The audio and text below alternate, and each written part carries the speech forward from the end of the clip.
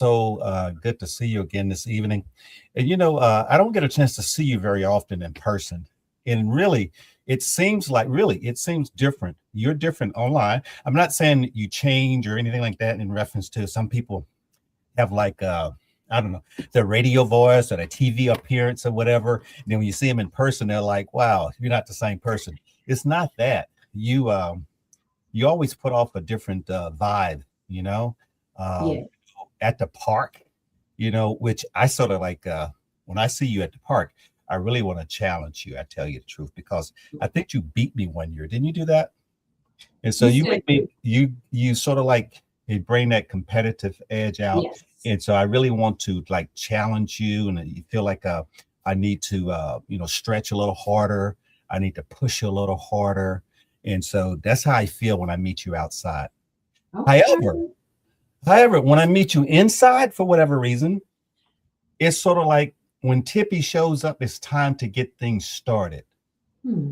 Because you always come when we have the symposium, and like we are doing registration and things like that. And I think maybe because it's encroaching on your timeline, I think you usually tell me, hey Larry, I only have 15 or I only have 20 minutes or I only have 30 minutes or something like that. But I know that it's time to kick things off when I see Tippy. So I think those the vibes, some of the vibes, and of course it's very pleasant to be Yes. in your company when you're in person. That's a great perspective. I love that. And, I can't really, and I feel the same way with you because there is this, I think we're outside, there's no four walls, and really seeing you in outside brings a different Larry as well. So if I think about it, seeing you working and, just putting things together and seeing you work with your hands and knowing that you're outside and you love to work in your garden and you walk. I can't take away from the fact that I beat you that one year. So it is that it's always that thing that we have. Yeah, yeah. Well, it happened. I wished that it was just like it was only you and I, maybe a chess match or something. Then maybe I wouldn't bring it up. But we had witnesses, and that's the problem. It's, it's we had witnesses, so I can't wait to the next time. You know what? And I'm going to carve out my schedule. I'm going to make sure that I have enough time and that there is some sort of walking. I'm not going to run because I know my limitations, but I'm ready. And so now that I know that you have been working, then, and that brings me, and it's so great to be, and I thank you for this opportunity to have this platform to talk about, moving in our bodies and things like that. And so, I know that I have to personally, there's a goal that I have to work on my cardio, build my lower body strength back up. And so I think that would be a great goal is to be able to have that satisfaction of crossing that finish line before you is like that's a goal. Yes, yes. Well, I look forward to it. I love, actually, I was talking about some individuals. That's what make me happy because I do what makes me happy. I'm sort of semi-retired, if you want to call it that, and so I wouldn't do what I do if I didn't enjoy it. And Right. so I enjoy what we've been doing for the last few years. We've been doing this for years. So we started it, and I really enjoy because, well, the change in seasons and things of that sort affects my scheduling because I don't set an alarm. I do not use an alarm clock unless I have to get up like some outrageous time, like 4 o'clock in the morning. But other than that, it's my body just wakes up. And so there's some meditate. I think you're going to talk about some of those things. There's a thing I go do in the morning meditation, and I go out and I exercise nearly every day. It's a minimum of 20 minutes, but it could go up to an hour or 20 minutes. Depends on how much time I have. And so putting yoga, and yoga and experiencing that with you for the last few years, it's my routine. Now, sometimes when I'm in a different time zone, it throws me off a little bit. But other than that, that's a part of my day every day, and I really enjoy having you and your routine, your practice, and a part of my day. And so Yeah. kicking it off every week, so I enjoy it very much. Well, and I thank you. And like I said, It's such a blessing to have crossed paths with you and worked with you, and done things for your organization in different capacities. And so just you as a human being, and you being of service to serving in the military, to making sure your mother was supported and buying her, being instrumental in her buying her first home, to now serving hundreds of people and helping them buy homes, and then allowing me to experience that process and that journey from being a realtor, doing the first time home buying classes, to now teaching people, or use having your platform to stretch with you every Monday, and do the symposium every year, and do the volunteer or every April. It's like it's embedded. So it's this thing that you have built, where you've helped me or brought me along the way, and I'm forever grateful for that. And I watch you. You are a couple years older than me, not too much, but enough for me to say, okay, I need to, be mobile, right? As I am going through menopause, my body is changing. Instead of me laying around or going to the doctor getting medicine, I have to be able to have a relationship with my body through these different stages of my life, which brings us to here. Yes, and normally we start off, and I want to work on my audience and those that have hopefully we have our following that has continued to follow us, and we get some, on the night of the Thriving Thursday, but also we have a lot of individuals that catch this on replay. So I want to say welcome, whether you're here watching us live. We're on multiple platforms. We're both on YouTube, Facebook, Instagram, so you can catch us there. I will try to monitor the comments and chat, so please let us know you're there. Give us a thumbs up, and give us if you have any questions for us tonight or with TIPPI, just put it into the comments. And again, I want to say welcome to our Thriving Thursday Live. And so First Home Alliance, we've been in existence since 2002. We started the mission full time. I did in 2004, and we have went through the stages of different seasons with the nonprofit from 2008 with a financial crisis, and then we went through the pandemic as well. Mhm. And speaking of the transition and some of the things that we understand in reference to in business, in life, leadership, was those transitions that you go through in seasons. And so there was a lot of damage in reference to me physically in 2008 when we hit the crisis. Not only the organization went from staff of 12 down to a staff of one, I experienced a heart attack at that June of 2008. And one, I was overweight. I was nearly 240 pounds. I had retired from the military. It was been about 4 years.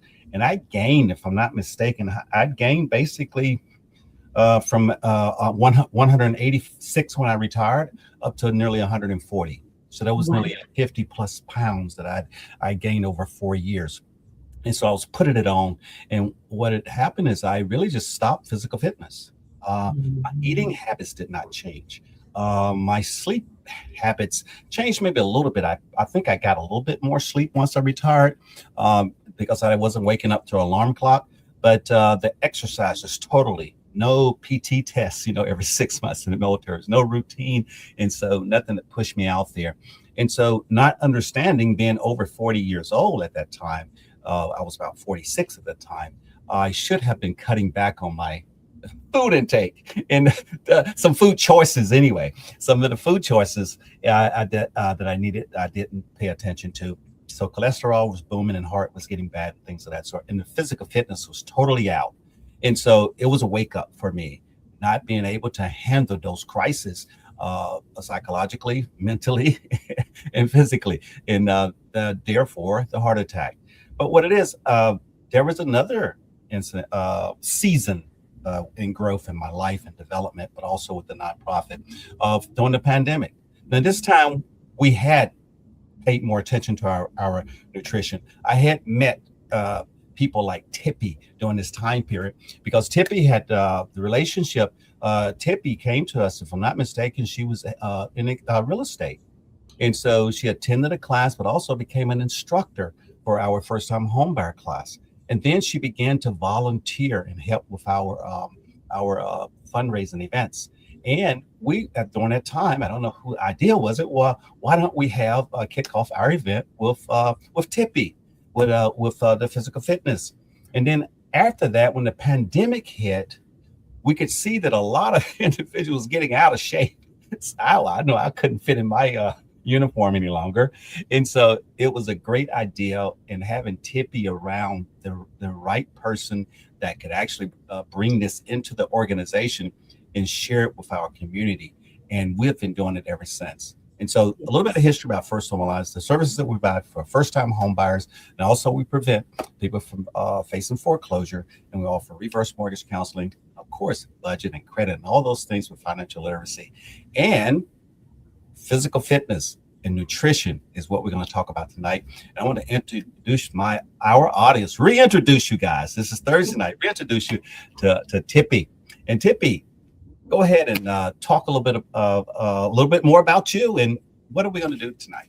Oh, you just warmed my heart. My heart is so full just hearing you talk about your body, the changes, how you made a commitment to yourself, and then with COVID, that second, when the pandemic hit, you decided to do differently with that season. So I thank you for that. And you gave me the platform. I got my yoga certification literally 5 days after we closed everything down, before. So 5 days before everybody, the world shut down for COVID, I was handed a certificate for yoga instruction. And so I think what happened, Larry, and it doesn't really matter, we decided to go online. But at that point, I had decided that I didn't want my certification to go to waste, and that I was going to, do something with it. So I just started to teach online on Facebook Live. And then you and I connected and we started doing lives. And I don't know if we've always done the same time since 2020, or maybe I can't, but we've been doing it. Yes. Every Monday. And, I thank you for that. And one of the things that I found yoga through stress. I manage a lot of people. Not only do I manage a lot of people, my energy is very big, and just so everything has to be this, which is cool. And I'm okay with that. But then I couldn't figure out how to bring it back down. So it's like, if you're constantly in this swirl of and you go to sleep with the swirl, you wake up with the swirl, your body's gonna at some point just crash and burn. So I would find myself having crash outs where, it would be where I'd be in the bed for 2 or 3 days, or, it just would be so debilitating that my girlfriend, was like, go to a yoga studio. Yoga helped me with my stress. And then I said, okay, well, let me teach it to people. And that's where we are today. So I've been teaching for about, 6.5 years. I teach throughout the DMV. I teach on my yoga channel, my YouTube channel. And so what my philosophy is I really like for people to kind of, restore their mobility. And what that looks like and feels like is we think about mobility in this sense of something big, especially if we're denying our body's mobility. There always has to be this big extreme, like, oh, somebody's asking me to run, or somebody's asking me to get on a bike to be mobile. But I want to kind of, in my practices, I talk about ease, and I talk about meeting your body where you are. And what that looks like in the moment. So I always have people, I walk into a yoga class, I introduce myself, and people come up to me and they're like, oh, it's my first time. Oh, well, my knees are hurting, my back, my this, my that. And so one of the things that I say is, okay, so now you know what the ailments are in your body. So I want you to let that go. And when you get onto the mat, it's about your body where it's at right now, and you loving on your body and appreciating your body with your knees hurting, and really pouring back that love into your body. So ease isn't something you find. Like, we're not looking around for something easy. We want to create ease. It's what we create in our bodies. And so sometimes our bodies, we have to undo some of the things, some of the stories we tell our bodies, right? And so and let me stop just talking, but what is some of the stories that you tell your body? And I don't want, and it doesn't, it could be a true story. I'm not saying that that's not what it is. It's just, what are you telling your body? Well, sometimes, I mean, of course, I have to sometimes talk myself out of it, but sometimes I tell my body that it's gonna hurt if I, stretch too far or make long strides. And so, I find myself taking shorter strides because I want to avoid the soreness. And so I tell my body, that I should take smaller, shorter steps. But I also tell my body that sometime that it's there's a change in the air, and so if I go outside, I'm gonna feel bad. The air is not clear, the air is not healthy, so I'm gonna have a difficult time breathing. So again, I tell my body even before it happens. Yeah. So, and sometimes, one of the things, like right now, it is so pain. My knee, my right knee, actually, it's my left knee, has been hurting me for probably about 8 months. And if I call my mother and tell her my knee is hurting, the first thing she's going to tell me to do is go to the doctor, right? And so, or go to somebody, right? Go to Mhm. somebody. And she might be right. But the first thing is me knowing my knee is hurting is really understanding what is it, why is my knee hurting? So if I could be 100% candid with myself, and I'm going to go down a rabbit hole, which is kind of what I do. I have been indulging in sweets a lot more than I should. And so my body has picked up a couple of pounds of weight that my knees or my lower back is trying to adjust. So that extra weight is causing a little bit of strain on my knees, right? On my lower back. So I'm a couple pounds heavier than I am normally. So I recognize that me doing yoga and me doing certain things without being mindful of, oh, I may have to shift a little different, or I may have to do move a little different. I noticed it in my jeans when I put them on, but I didn't necessarily give myself that same care when I was moving my body. And so one of the things that when I'm teaching yoga, I breathe, I know that that knee is a little bit sore. So I will modify. I won't not stretch or work out. I will modify, I will support, and I will will my knee to get better. So it's kind of the things that we talk about and the things that we say to our bodies, and how do we switch that language where we can make it to where the healing comes from self-healing and this thing, our mind body connection. So just as much as you thrive and you need love, and when you feel love, you open up and you respond, your body needs that same type of love. So my philosophy is let's ease into these postures, let's understand where we are, and let's restructure the stories that we tell our bodies. So the ease method, I'm going to talk about it, and you'll see me moving out my legs. I talk about easy seated. Every day easy seat looks a little different for me. My lower back is, I need to do more work on my lower back and my knees and my ankles. And so I've been trying to do Zumba. It hasn't really worked out like it should, but I'm doing it. So I try to do Zumba. That's my cardio. I love to dance. And so I try to do Zumba 1 or 2 times a week. And so when I don't do the Zumba, and I just stretch, my body is reminding me that I need to get up and work it out. So that's where I'm at. I want to talk about the ease method and what that looks like. So I did have a slide. I don't know. Yes, we'll bring it up. We'll bring it up. Okay. All right, so this mobility series today, we're talking about the hip. So this is a four-part series, and we're going to go all through the body parts. And tonight we're talking about hips and hips, where we hold on to a lot of our stress. So with the hips, we hold tension in our hips. And why do we hold tension in our hips? It's pretty much the main storage site for unprocessed emotions and stress.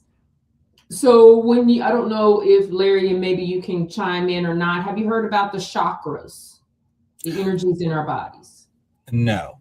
Okay, so I won't go down that rabbit hole, but there is the energies in your bodies as chakras. And so when you talk about your hips, one of the things is the root chakra, and things that may impact your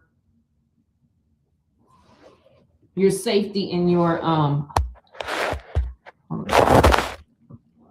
okay. One of the things that may impact that is your inability to feel stable and safe. So if your environment is not safe or still, your hips might lock up and you might find that extra tension. So whether you feel safe and secure in your job, whether you feel safe and secure in your relationship, wherever that is, that's unprocessed emotion stores right in our hip creases and our hip areas. Also, prolonged sitting compresses and tightens the hip flexors. So those are other things that sit in the hips and cause stress and pain. All right. So do you, Larry, I'm going to ask you really quickly, do you observe or have any stress? Okay. And yes, can you ask me that again? Yes. Sorry. Do Yeah, you no problem. store stress in your hips? Do you feel like you store stress or anything in the hips?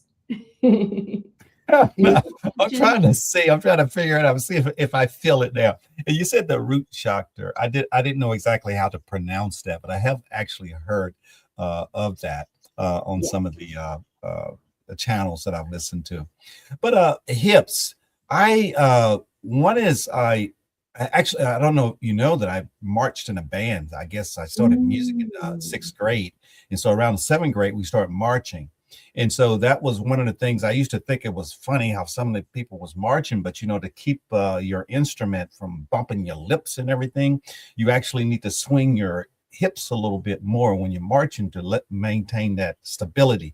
And so I can sometimes find myself, because you can't help but understand what you call the gait and things of that sort when you start talking about marching and color guards and all this other stuff. And so sometimes I think, I'm sort of like cautious as to maybe what I may be doing with my hips or whatever, because some people may just get some ideals or whatever because you're walking a certain way. But I may start listening to music and I'll start moving my legs to a certain length or stride and things like that, just unconsciously. Mm. So I think I can feel, I think that I can feel the tension when I said about the shorter steps and things of that sort. That can actually cause more pressure, even though I think it's going to hurt if I do longer strides and faster. But actually shortening my step and not moving the hips actually cause stiffness as well. So, but yes, I am aware of the stiffness in the hips, and I do get it if I'm not, paying attention to what I'm doing. Yeah, and I get a lot of stress in my hips. So if I teach, like I teach probably 5 to 7 yoga classes in a week. And so if I am not teaching a yoga class the next day, I have to have a heating pad on my lower back because I do feel like my body I still need to move, like my body is asking for that movement. And so I don't want to say it's like a shock, but it almost is. There's a lot of tension in my lower back from not stretching that I get from when I stretch. So that's what I feel as well. Um, So those are the things in the hips that we talk about. Can you, if you don't mind, Larry, can you change the slide for me? No problem. And I kind of went over this as well. Why do we store tension in the hips? What we carry in the hips, we carry stress, we carry fear. It activates your psoas, so it puts you in that fight or flight muscle is your psoas. So if you're always bracing yourself, whether it's for that pain or if you know that that pain is gonna come, you know, that brings me back into the breathing, and brings me into the ease method. So what I want to talk about next is, and if you can change the slide, is the ease method and what that is. So the ease method, it starts with the exhale, and just really finding that space of where you can let go of the tension with a slow breath. So finding what, so if I say, if you're in a yoga class and you're like, oh my gosh, I don't want to be in this class, I don't know what I'm doing, or maybe you're at home. What I love about doing yoga at home is you can grab as much or as many props as you need. So let's say we're getting into a butterfly position and some people can't bring the soles of their feet together and their knees are up here. Um, it's exhaling in, letting go of the tension, finding that support, and just breathing into wherever you are. That easy seat, the butterfly, and allowing yourself not to brace yourself, but to have space in the body. All right, so that's the exhale. That's the E in the ease method.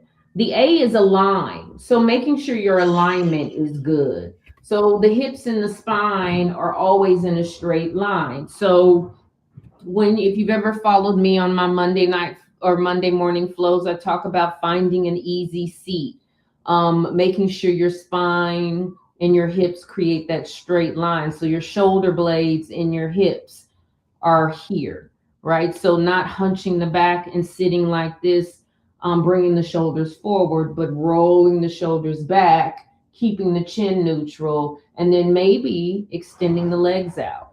One of the things I talk about, sometimes I need a pillow. So finding that alignment by placing your body up against something so that you're aligned shoulders and hips. All right, so that's the A in alignment, is making sure your spine, your pelvics are aligned, that neutral pelvis. The next one is S, soften. That's my biggest one. Soften the body. So don't brace, don't clench the body, don't prepare or have the body or brace the body for the movement before you start to move, because you sometimes will do more damage than actually just allowing yourself to ease. So one of the poses that I will demo is cat cow. So when we talk about cat cow, some people getting on your knees is too much.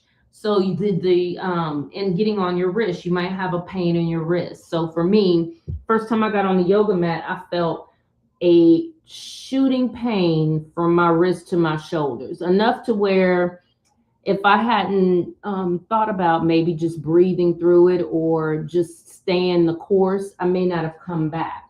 But what I did do is I stayed the course, got my support, so maybe doubled up on the mat, brought a blanket to find ways to soften. And once I was able to get on my mat, on my hands without that pain, then that's it. Just letting go and finding that ease, softening the body. Maybe it's resting on a pillow if you still feel pain. So it's not bracing, not ooh, but all right. So the last one with the ease method is E, and that is expanding. So breathing, as I was stating, like once you get into that comfortable position in your cat cow where your body is soft, you can start to expand. So breathing into those spaces, creating space, and imagining that breath going to the wrist once you're able to let go of the pain in the mind. So the ease method is really designed to meet you where you are with your body. I want to reiterate that it's so important that our minds allow our bodies to do what's easy without you trying to look at your neighbor, compare what you see on YouTube. It really is about where you are and what you want to achieve. And what well, and as a yoga instructor, what I would like for you to achieve is just ease throughout your body.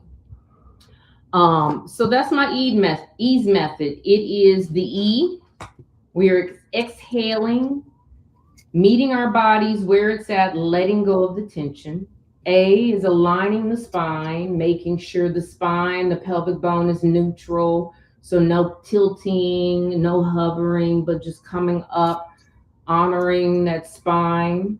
Softening the body, so rolling the shoulders back, maybe extending the hands out, finding that soften, and then expanding. Finding that breath and resting. Ease, right? Just easy. All righty. How you feel about that, Larry? I like that. It's very relaxing. And why is it? I know ease, and why do you exhale versus inhale? So the inhale, and that's a great point. And so you can go to a Pilates class, and those same in that Pilates class, they'll teach the opposite. So the inhale really is to fill up the belly. So they talk about in yoga the breath, right? I particularly, the breath work is something that I think depends on the person, depends on the movement, depends on your flow. One of the things that when I first started doing yoga, and let me answer your question. So the inhale and the exhale. So the inhale allows the body to fill up. And when you're breathing through the nose, it's almost like a cleansing. And then the exhale releases out. So the breathing is supposed to allow the body to calm down through the breath work. So there's so many different types of breath work and pranayamas, all of these things that they teach you, but really the breath is to just really slow down and remind yourself. So I feel like it's a pause. So what happens when you're not breathing? It's good stuff. Depends on for how long. Right. So the breath is just an awareness piece, and it is literally, we talk about just in general, the breath is, you're alive when you're breathing. So it's kind of that same principle, is bringing that liveliness into your body. Yes. Great question. Yes, I'd taken some notes this morning on the walk, and it was actually about inhaling and exhaling. I was looking for those notes, but bringing in, I think it had something to do with mercy, breathing in mercy, and also breathing out grace. Yeah. One of the two. I may have it reversed, but the breathing is a way for me is to start the process of the relaxation. So it's very hard, I think when you was asking what happened when you hold your breath, I don't think that's very relaxing. And so, yeah, you definitely, in most cases, that exhale do causes you to, for me, to relax. So, Well, I'm a holder of my breath. And so even as a yoga instructor, when I first started teaching, and I was teaching with friends, I had a girlfriend who was like, "Why are you holding your breath?" And it was wow, like, "Oh," and it was because I'm trying to talk to the pose and think and do all these things while I'm trying to instruct. And then I thought about it and was like, well, it's supposed to be natural. It's supposed to be from within. And so if I'm holding my breath and I'm talking about inhale, exhale, it's a contradiction. So it mm, is also beautiful to breathe together with a room full of people. It's very intentional and deliberate. So when you can allow your breath to move in a way where you're controlling it, I think that that's a beautiful thing. Yes. Yeah. I don't know. I started thinking of some weird things.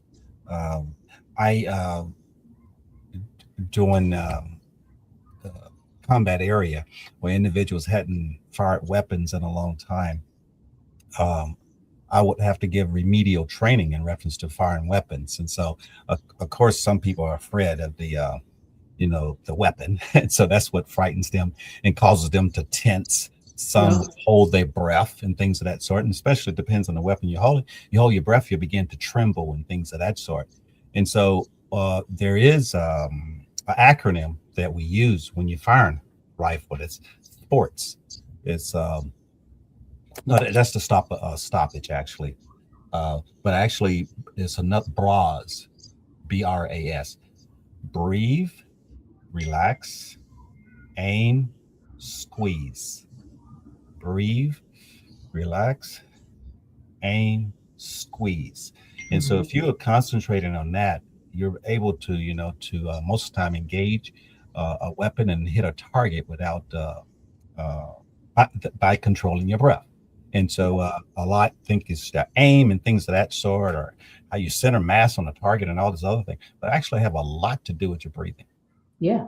Yes. When you go to the doctor and they're just about to give you a shot, they tell you, hold, or even when in the wax where the Hmm. wax suite when they're waxing you, they tell you to breathe. Like everything is centered around relaxing into that space of relaxing your body and breathing. And I think what I recognize is those people that come up to me before class, it's to me, you don't have a real you I want I didn't have a really good relationship with my body at certain air points of my life due to whether it was assault, whether it was an ailment, whether it was me falling on my I remember falling on my knees in basketball and it hurting and being like needing a knee pad or being scared to go back on the floor and fall again, right? Think about how people never ever go back because of that one time that they fell versus just breathing through it and doing it again. Yes. Um, so those are some of the things that I But think that about. don't happen when I go to the doctor. When it comes to taking a needle, they talk about relax. I mean, that's the time I'm holding my breath and they sticking a needle, and I don't want to go back again. And each time I go through that same trauma to my let's breathe, and it's hard. You catch your breath and then you can't let it out. And yeah, so anyway, that's me and needles. That's so I'll try to remember to breathe next time.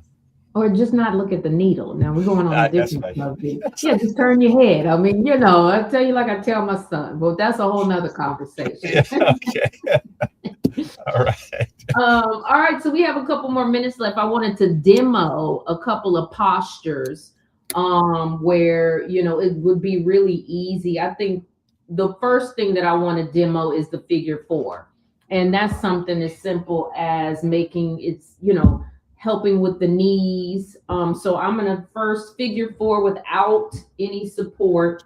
Figure four is literally stacking your ankle on top of your knee and then stacking your ankle on top of your knee. Now, there's a space in between my knee and my ankle here. So you can put a block here, but this is a really great posture to flush out your hips. Does it feel great? If you've never done this, again, this is not where you're going to start off. So where I'm at is not where you're going to start off if you Okay. are doing this for the first time. I don't know, Larry, are you trying this? Can you I, sit like this? I'm trying. I can do one at a time, I think. Okay. So this is figure four. Now, let me go back and show you how to cradle the baby. And maybe if you first pick up, just grab your leg. And what I want you to do is take this ankle, right or left ankle, and just bring it into that elbow crease. And then you're going to take the knee. And if you can, now you may have to hollow out the back. This is where you can hollow out the back. If you can try to keep your spine fine, then fine. But we're just going to rock and I always forget the Okay. name of this posture, but we're really just getting into the hips, the knees, and we're just rocking left to right. Now, some people might be down here. You want to just get that mobility, just moving a little bit and then come down. Now let's go opposite foot. You can pick it up, bring it up on top, and you might see that one side feels better than the other. I'm left-handed, so my left side always feels better than my right. All right, so here's figure four, and then let's say we're going to cradle the baby. We're going to grab the knee, grab the ankle, and just rock. Just adding some mobility in that knee and that hip. And again, it can be here. It can come up. Maybe you start 1 week and you're here, and then you come up by week 4, you might be here. All right, and here we go. Lay that foot down, and then let's find a cat cow. So, cat cow, tabletop. Can you get? Are you on a? I don't know. I can get that one. Tabletop. Wrist under shoulders, knees under hips. Okay. So you're going to align yourself. Make sure your shoulders are hip or shoulder width apart, and your knees are hip width apart. And then we're going to come on to our shoelaces. So shoelaces here, hip distance. So your arm shouldn't be out here. Nobody's arm should be out here. Your hip, your shoulder blades are not out there. All right. So cat cow. So for cow, you're going to bring the belly down. So just start to bring the belly down. Lift the chin. Pull the shoulders away from the ears. Lift the chin and the tailbone up. Now, tuck the chin into the chest, hollow out the breath, bring it in, and that's your cat. Inhale, go back into a cow, bring the belly down, lift the tailbone, lift the chin.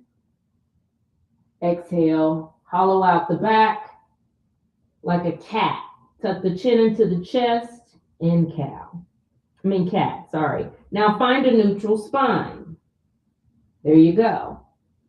That is a quick way to move your hips, flush out your hips, make sure you have nothing in your hips that you are holding on to, all of that stress. So we're back in our easy seated.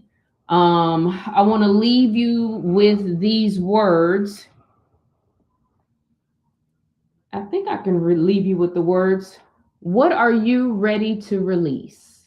That's what I want to ask. So I want you to take inventory of your hips. What are you holding on to? And ask yourself, what is it that you're ready to release? And so I leave you with these postures. You can pull it up, do these videos. And then if, join my YouTube channel, I think I can put it in the comment section for everybody to just link onto. And next week we'll have it up for you as well. But just the takeaway from this is we carry a lot of stress in our hips. I want you to pull up that ease method. Just find your exhale, align your body, soften the body, and then expand with the breath. It's just that simple. And then when you get into your postures, your hips, the things that you need to release, just make sure you're breathing through it and just move. So thank you, Larry. Do you have any feedback, any takeaways that you felt was important? Well, I always, get a lot from the practice that you do. And I think, from the start, when we was speaking of, what do you say to your body? And also, and I think right here at the end, it comes back to, what are you going to release? And so it's just, it gives me a lot to think about, in reference to, how I continue to talk to the body and things that we want to let go. Those things, I think you used the term, let it go if it's not serving you, if I'm not mistaken, something of that sort. And so I think those stresses in the body and also stresses in the mind that is not of any service. And that's a great ideal to just release it and let it go. So that's what I'm going to get from it. Yeah. And at my age, when you start to get into your 50s, that stress wears very heavy on your body and your mind. And so I've had a lot of people, in that very last final hour are searching for pain relievers, that instantaneous, I want to feel better, without really honestly asking themselves where the pain is coming from, and targeting that like the mind body connection with the pain, and giving your mind some grace to be able to heal the body. So Yes. Yes, and I think throughout my latter years, I've been able to uh, I've released a lot of pain. In the last 10 years, I think as the time has gone, I'm less stressed. I think in reference to whether it's blood pressure, whether it's cholesterol, whether it's paying mhm. attention to your resting heart rate, things of that sort, whether it's weight, whether it's that physical weight, letting those pounds go, but also releasing some of the things that you hold, that inside that maybe stressing on things that you really don't need to stress on. Those things are out of your control. But Yeah. I think that when it comes physical, it's a lot of things physically we can control, and both mentally too. And so the more we can release, I think the the, the lighter, that will flow. Yeah, and I also want to say, I have been in menopause. There's a lot of friends of mine that are entering either perimenopause or menopause. So as our, and we've all had menstrual cycles and things like that. And I think our bodies are always changing. And with that change, what I recognize, and thank God I had actually started to do yoga when my body started to do its craziness. It was so the yoga helped me understand that it's a natural evolution. First of all, I'm not alone. Did I wish I had more knowledge about it? I'm not sure. From my perspective, I think I'm that if I know more about it, then it's just going to send me in this tizzy. But understanding menopause and having that menopause journey, my body deserves to have that ease while it's going up and down and around and left and right. And so it's very important that I give my body grace, and I've been able to do that. Yes. And Debbie, could you speak on detoxing? Ooh, a little bit. The detoxing is, some people, and there's so many different levels of detoxing. I can think about detoxing in your body, and I talk about flushing out, and that could be something with the yin yoga, different types of stretching, maybe holding a posture for 5 minutes where you're not moving is could be a detox of the body. When you talk about detox, Larry, are you speaking of just in general terms, or are you speaking of things that you can ingest to flush out the body, things of that nature? Yeah, both. I think flushing and literally, detoxing. Yes, yes. Yeah. Body I'm fluid. not, I mean, and I've seen people, I've done a detox personally, and I think, and I do have people that do detoxes maybe every 6 months just for a Mhm. flush.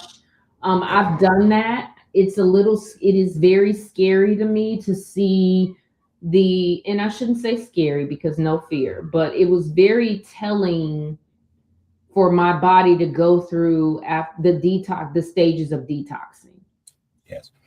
And naturally, I mean, I it's not. I experienced and I've done it a few times, not every year, but the first time that I experienced the fasting over a Mm. period of time. I actually if you want to use the term, ingested quite a bit of water. We're talking about 5 bottles because I was going to go the whole day with no intake of food or water.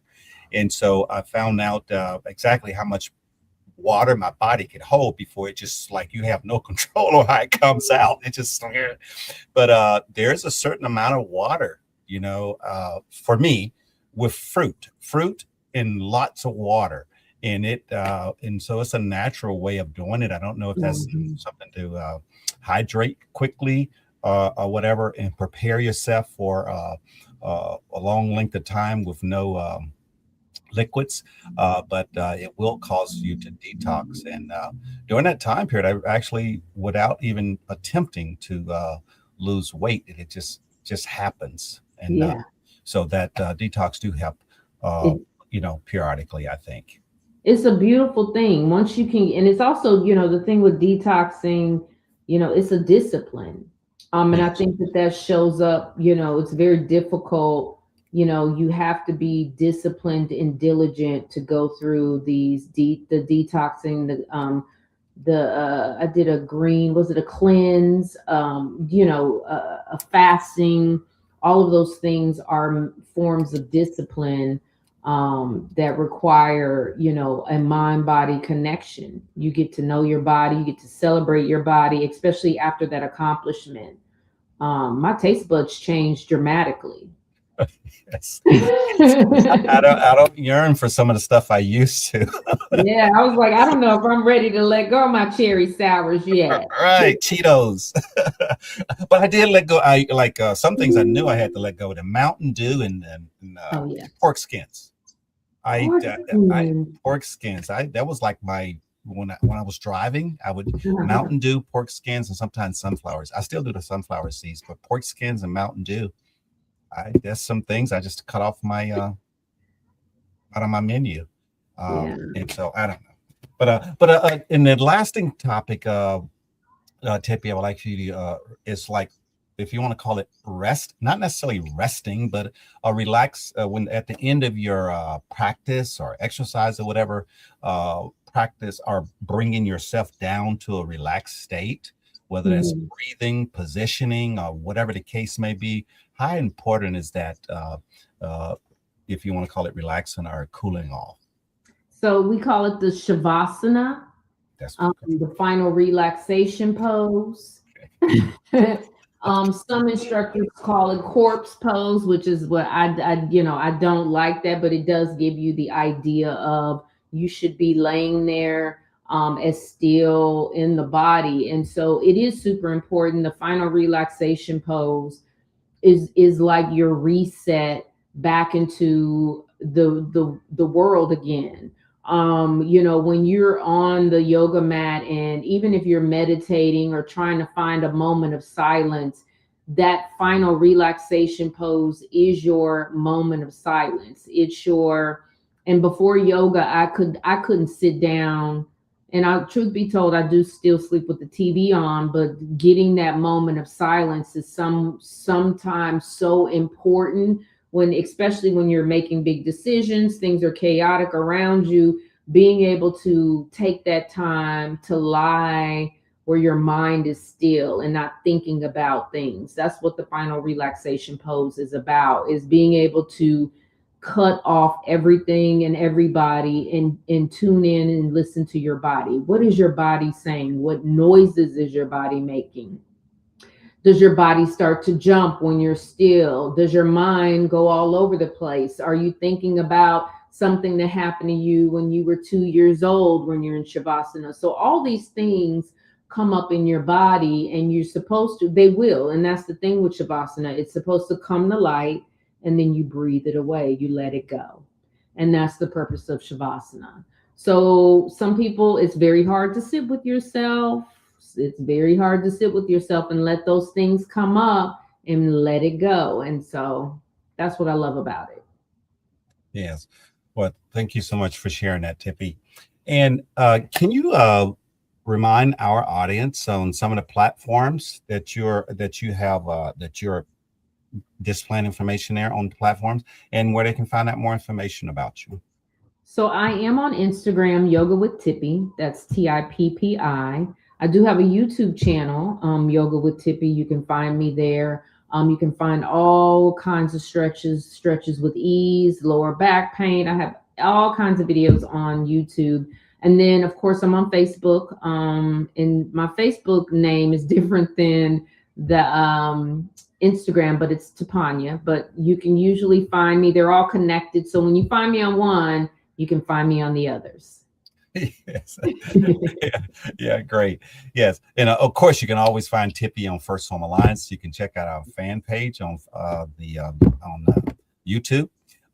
Also, you can find us on Facebook and also Instagram. And I'm going to beginning to learn a little bit more about Instagram, but we're posting as much as possible out there as well. And so, of course, join Tippy. She's doing during the summer. There's pre-recorded videos at 7:15 on Monday morning, but you can pull them up at any time to watch them, and they will be displayed there on YouTube and also on our Facebook page. The long videos are not stored on Instagram, but we'll show some shorts out there on Instagram. And of course, she's going to be with us for the next 3 weeks, for the rest of the remainder of July, on Thriving Thursday. So, TIPPI, you just like to give them a taste of what to expect next week?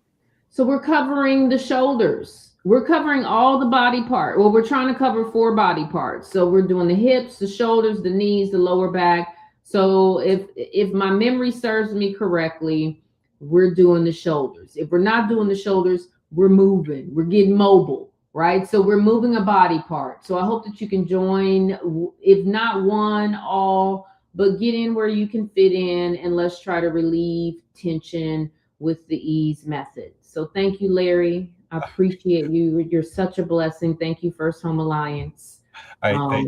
Amazing community. Great. Thank you, TIPPI. Continue to follow us on our social media platforms, and also visit our website, firsthomealliance.org, for our upcoming events. First time homebuyer class. We have 2 of them this month on the, let me get my dates correct. On the 16th, we're going to have a class on Quantico. You can go to our website to find out more information, or the VHDA website, or Virginia Housing website. That one's on Quantico. Military ID gets you in easily. If not, you need to visit the visitor center for a day pass. And then we have our class on the 18th. That is going to be at the Palazzo building. That information is on our website and social media as well. That class will be held at the McCourt building in Woodbridge. So look forward to you having out there. And thanks for all our presenters and sponsors for the class. And so continue to come out to our classes and follow us on all the media platforms. Again, thank you. Thank you, TIPPI. Look forward to seeing you again next week. Thank you. All right. Namaste. All right. Goodbye. Namaste.